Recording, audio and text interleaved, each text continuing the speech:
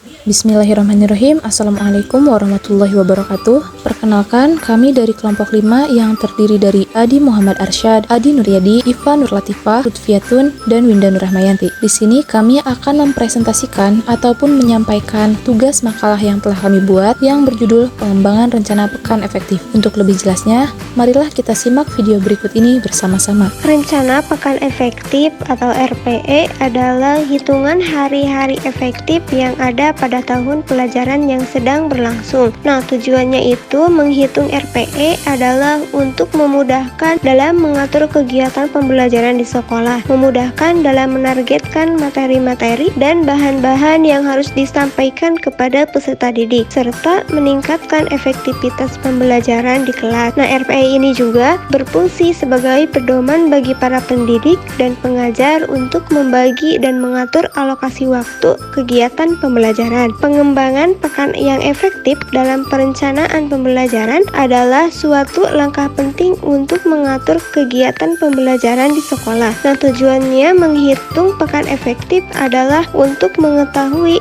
hari dan minggu yang efektif dan tidak efektif untuk kegiatan, serta sebagai pedoman bagi para pendidik, pembelajaran, dan pengajar untuk membagi dan menghitung alokasi waktu kegiatan pembelajaran. Nah, pekan efektif ini digunakan untuk mengatur waktu dan kegiatan pembelajaran di sekolah mulai dari awal tahun pelajaran yang dimulai dari bulan Juli sampai akhir tahun pembelajaran di bulan Juni. Jenis rencana pekan efektif. Beberapa jenis pekan yang efektif dalam perencanaan pembelajaran ada minggu efektif, minggu tidak efektif, pekan efektif, pekan tidak efektif, jam efektif, dan jam tatap muka efektif. Nah, jika minggu efektif adalah jumlah minggu kalender pendidikan yang dapat digunakan untuk kegiatan pembelajaran. Sedangkan jika minggu tidak efektif adalah banyaknya pekan yang terdapat dalam kalender pendidikan tetapi tidak dapat digunakan untuk kegiatan pembelajaran terstruktur di kelas. Ada pula pekan efektif, yaitu jumlah pekan yang dapat digunakan untuk kegiatan pembelajaran dihitung dengan mengurangi jumlah pekan tidak efektif dengan jumlah pekan dalam satu semester. Jika pekan tidak efektif, yaitu dengan menggunakan jumlah pekan yang tidak dapat digunakan untuk kegiatan pembelajaran dihitung dengan menghitung jumlah hari libur dan tanggal tidak efektif. Sedangkan jam efektif yaitu jumlah jam yang digunakan oleh guru untuk kegiatan KBM. Kegiatan KBM atau kegiatan belajar mengajar dihitung dengan menghitung jumlah jam pelajaran yang diberikan dalam satu minggu. Ada pula jam tatap muka efektif,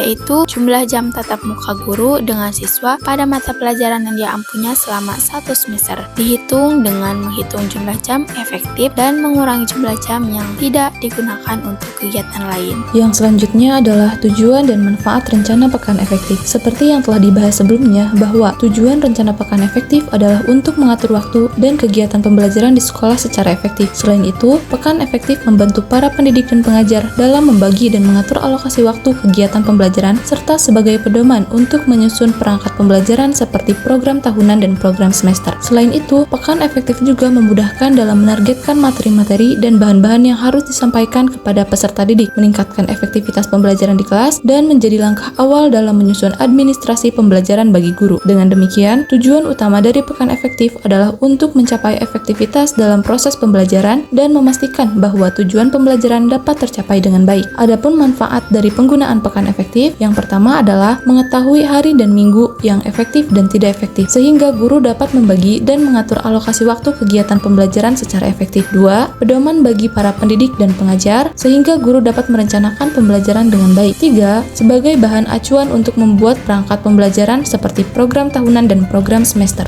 4. Memudahkan bagi para pendidik dan pengajar dalam membuat dan menyusun RPP. 5. Meningkatkan efektivitas pembelajaran di kelas. 6. Pengaturan waktu dan kegiatan pembelajaran di sekolah yang dimulai dari bulan Juli sampai akhir tahun pembelajaran di bulan Juni. Dan yang terakhir adalah memudahkan dalam menargetkan materi-materi dan bahan-bahan. Oleh karena itu, penggunaan minggu yang efektif dalam perencanaan pembelajaran sangat penting untuk mencapai efektivitas dalam proses pembelajaran dan memastikan bahwa tujuan pembelajaran dapat tercapai dengan baik. Melanjutkan yang telah tadi disampaikan, ya, hal yang perlu diperhatikan dalam menentukan rencana pekan efektif? Yang pertama yang harus kita perhatikan yaitu kita harus memperhatikan jadwal mengajar. Perhatikan jadwal mengajar untuk menyesuaikan hari-hari efektif dalam satu pekan. Pastikan jadwal mengajar sesuai dengan hari-hari efektif untuk memastikan pekan tersebut efektif dalam kegiatan pembelajaran. Yang kedua, hari libur dan tanggal tidak efektif. Identifikasi dan rekapitulasi jumlah hari libur, tanggal merah, dan hari-hari ketika ada kegiatan sekolah. Misalkan seperti masa orientasi sekolah atau pasca penilaian akhir semester. Pastikan untuk tidak langsung menganggap pekan tersebut tidak efektif dan tetapi perhatikan apakah ada jadwal yang mempengaruhi aktivitas pekan efektif. Yang ketiga, jumlah hari tidak efektif. Hitung dan rekapitulasi jumlah hari libur, tanggal merah, dan hari-hari ketika tidak ada kegiatan pembelajaran. Tentukan berapa banyak hari yang tidak efektif dalam satu pekan untuk menentukan apakah pekan tersebut efektif atau tidak. Yang keempat, yang terakhir, yang harus kita perhatikan yaitu jumlah minggu efektif. Setelah mengetahui jumlah hari efektif, hari tidak efektif, hitunglah jumlah efektif dengan mengurangi jumlah pekan dalam satu semester dengan jumlah pekan tidak efektif yang sudah dihitung. Jumlah minggu dalam satu semester dikurangi dengan jumlah minggu tidak efektif akan memberikan jumlah minggu efektif dalam satu semester. Dengan memperhatikan faktor-faktor di atas, guru dapat menentukan pekan efektif yang tepat untuk masing-masing kelas sehingga proses pembelajaran dapat berjalan dengan efektif dan efisien. Kemudian selanjutnya yaitu cara menghitung pekan efektif. Nah, kenapa kita harus mengetahui cara menghitung pekan efektif? Dikarenakan kita sebagai calon pendidik ataupun sebagai calon guru, kita harus mengetahui cara menghitung pekan efektif untuk mengatur perencanaan materi yang akan disampaikan dalam satu semester dapat tersampaikan secara efektif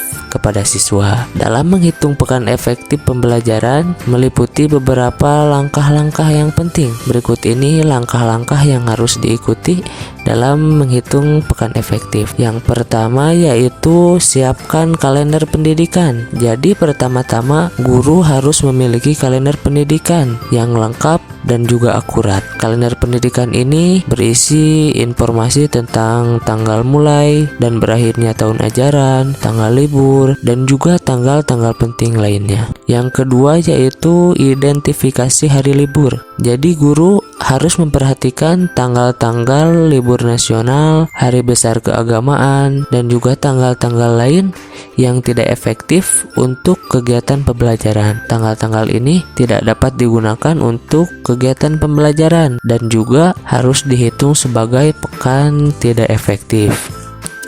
Yang ketiga yaitu hitung jumlah pekan dalam semester. Jadi guru harus menghitung jumlah pekan dalam semester, dan ini meliputi pekan efektif dan juga pekan tidak efektif. Guru harus memperhatikan kalender pendidikan untuk mengetahui jumlah pekan dalam satu semester. Yang keempat yaitu menghitung jumlah pekan tidak efektif. Guru harus menghitung jumlah pekan tidak efektif. Jumlah pekan yang tidak efektif ini meliputi pekan-pekan yang tidak dapat digunakan untuk kegiatan pembelajaran seperti pekan libur nasional, pekan besar keagamaan, dan lain-lain. Yang kelima yaitu hitung jumlah pekan efektif. Guru harus menghitung jumlah pekan efektif. Jumlah pekan efektif ini meliputi pekan-pekan yang dapat digunakan untuk kegiatan pembelajaran. Guru harus memperhatikan kalender pendidikan untuk mengetahui jumlah pekan efektif. Selanjutnya yang keenam yaitu hitung jumlah jam efektif. Jadi guru harus menghitung jumlah jam efektif. Jumlah jam efektif ini meliputi jam-jam yang digunakan oleh guru untuk kegiatan belajar mengajar. Guru harus memperhatikan jumlah jam pelajaran yang diberikan dalam satu minggu dan menghitung jumlah jam efektif dengan rumus jumlah jam efektif sama dengan minggu efektif dikali jumlah jam per minggu. Yang ketujuh, yang terakhir yaitu hitung jumlah jam tatap muka efektif. Guru harus menghitung jumlah jam tatap muka efektif.